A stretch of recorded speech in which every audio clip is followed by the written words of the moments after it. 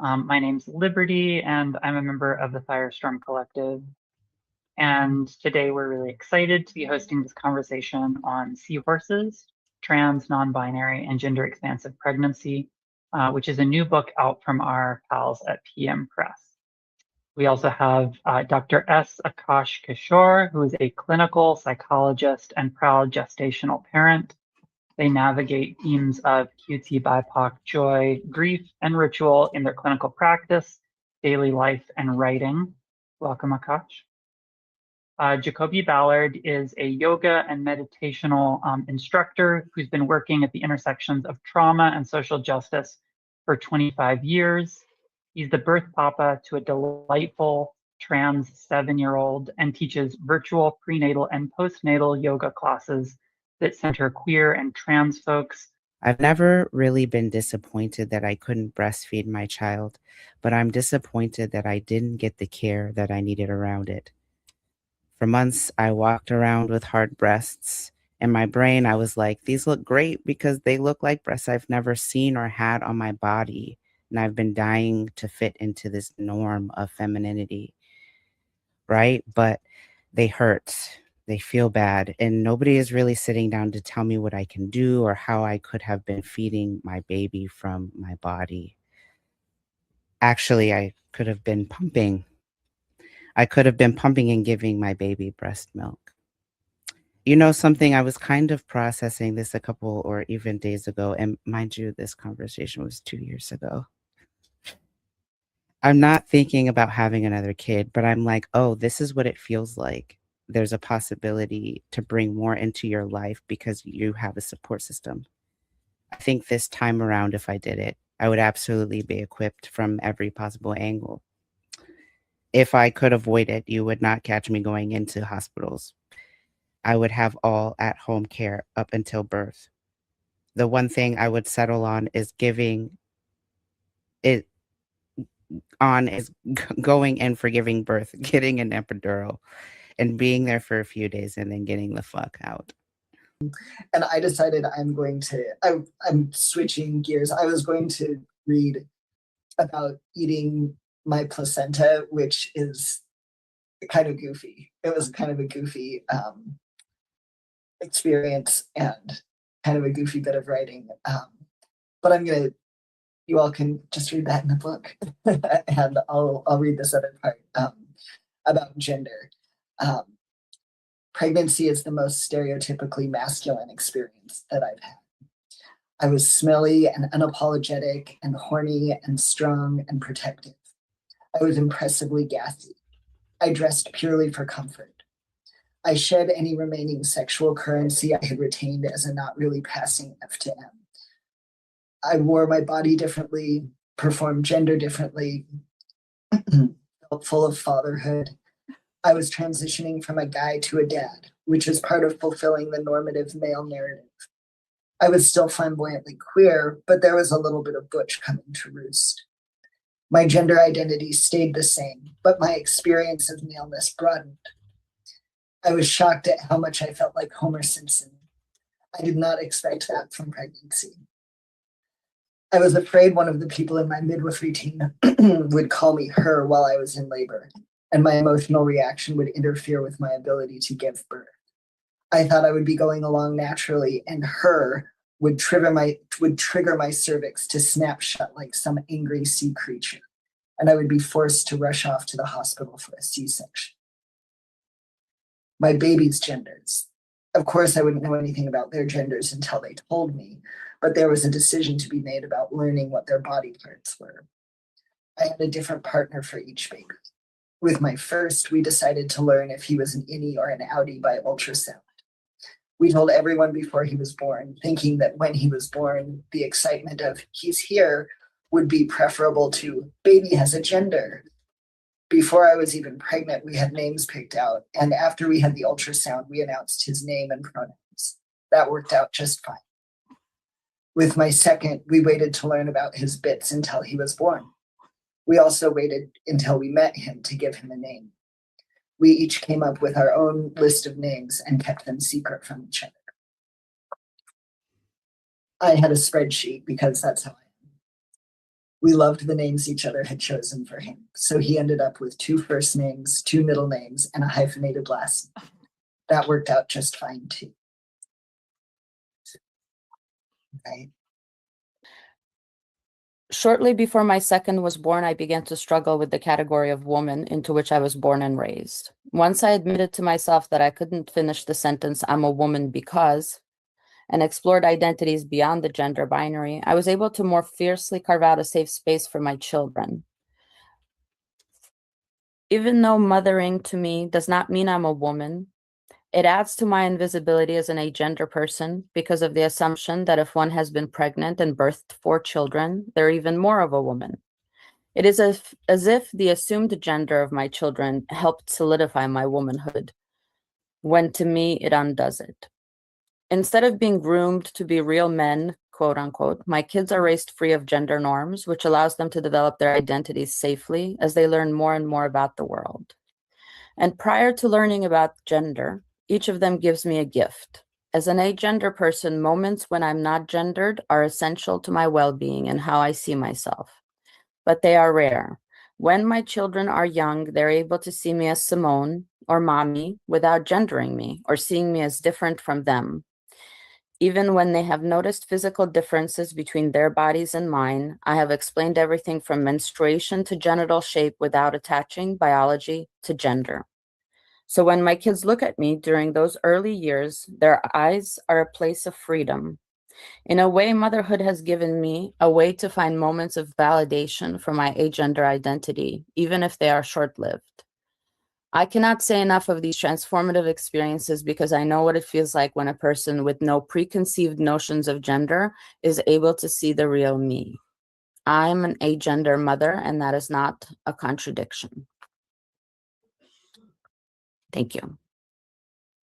Hi, Jacoby. Thank you for joining us. I hate to do this, but we've all read, and so I wonder if you would be willing to jump in and read. Sure. How long of a piece, Simon? We're doing like around 3 minutes. Okay. Sure. Hi, everyone. Thanks for welcoming me in late. The chapter is called Trans Body Magic. Experiments in Gender Expansive Parenting. My co-parent and I have been committed to gender expansive parenting since my germination, aware of the damage the gender binary can cause to so many of us, and interested in what happens if we don't parent in a way that conforms to the expectations of the gender binary. Our child was assigned male at birth, and in the beginning, we used he, him pronouns rather than gender-neutral pronouns, mostly because we live in Utah, and I, as a trans parent, didn't want to be fielding the pronoun discussion at every school drop-off or playground encounter.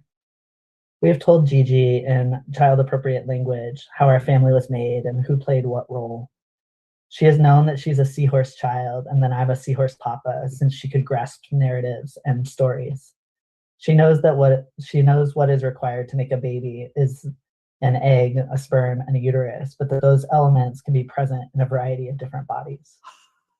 We taught her about anatomy and we taught her about her anatomy and that of others, and have maintained since the very beginning that people of any gender can have any variety of genitals.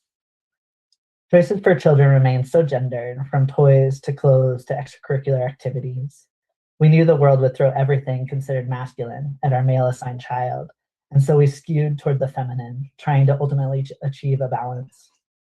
We use gender-neutral words such as parents, grandparents, and kids, and we have avoided providing a narrative about the gender binary. Gigi has always had many trans, genderqueer, non-binary people in her life with a variety of non-gendered titles, such as Gunkel. When Gigi was very young, we dressed her in dresses and pants, really anything cute, and largely shopped in the girls' aisle at the consignment shop. The clothes in that aisle are just cuter. We have honored her interest in construction vehicles and also decorated them with sparkles. What we found after Gigi was 2 years old was that she had a genuine preference for all things shiny, sparkly, and colorful. I once bought her a pretty basic REI long underwear top for her florist school when she was 4 years old, and she scoffed at it, saying, "Too plain, Papa." From early in her life, because of her clothing and hair that has never been cut, Gigi was read as a girl on the playground. After a day of trans visibility rally at the state capitol when Gigi was 4, she told us that she is trans and asked to use they, them pronouns. 6 months later, she said she's a girl and uses both he and she words. When she began identifying as a girl, we didn't know if it was a mirror of the world, assuming that she is a girl because of her hair and dress, or because that's her authentic identity. We imagined that this may change, and we're here for the ride of her own self-discovery. Along the way, I've told Gigi about my own experience of being trans. When I tell her about the discrimination I've faced due to transphobia, from being fired for being trans to being called her mom, she snuggles into me or gives me a kiss. I'm clear that I'm not looking for her to take care of me in that moment, but that I want to share with her, through my lived experience, that the world can misunderstand us or be hostile towards us as trans people. So far, I haven't told her about the laws here in the state of Utah and nationally that criminalize our use of the bathroom and prevent her from participating in sports divided by the gender binary. I want to protect her from that fear for as long as I can while ensuring her safety and supporting her interests. I want to give her time to root into who she is, to have that deep knowing before the world casts doubt or asks for proof. In the extracurricular activities she takes part in, my co-parent has written up an incredible one-sheet explanation about who Gigi is and how teachers and instructors can protect her and treat her well. So far, her climbing, swimming, and dance instructors have been enthusiastic about protecting and supporting her. It's quite a joy to share a trans identity with my child, even as we have different gender presentations in the world. I would never have anticipated that fellowship as I became a seahorse papa. My child schools me in gender sometimes. If I use a pronoun for someone I don't know, she corrects me, telling me, "You don't know they use a he word, Papa." She scoffs when we enter a binary toilet and celebrates gender neutral toilets. She knows that families and love can look so many different ways and that no way is better than another. My child and I relationship gives me hope for the better world I've been working for my entire adult life. She is free from the gender binary. She expects to be treated with kindness and honesty and greets others with curiosity and generosity. My experience giving birth connected me more deeply to my body's power and capacity, and I feel more deeply rooted in my trans body, heart, and mind than before my germination. I feel more trans than ever, a further becoming of myself through my perinatal experience and parenting. Thank you. Thank you. Thank you all for sharing your stories. I love hearing your writing. Even having read them over and over again, it's just all of your stories touch me so much.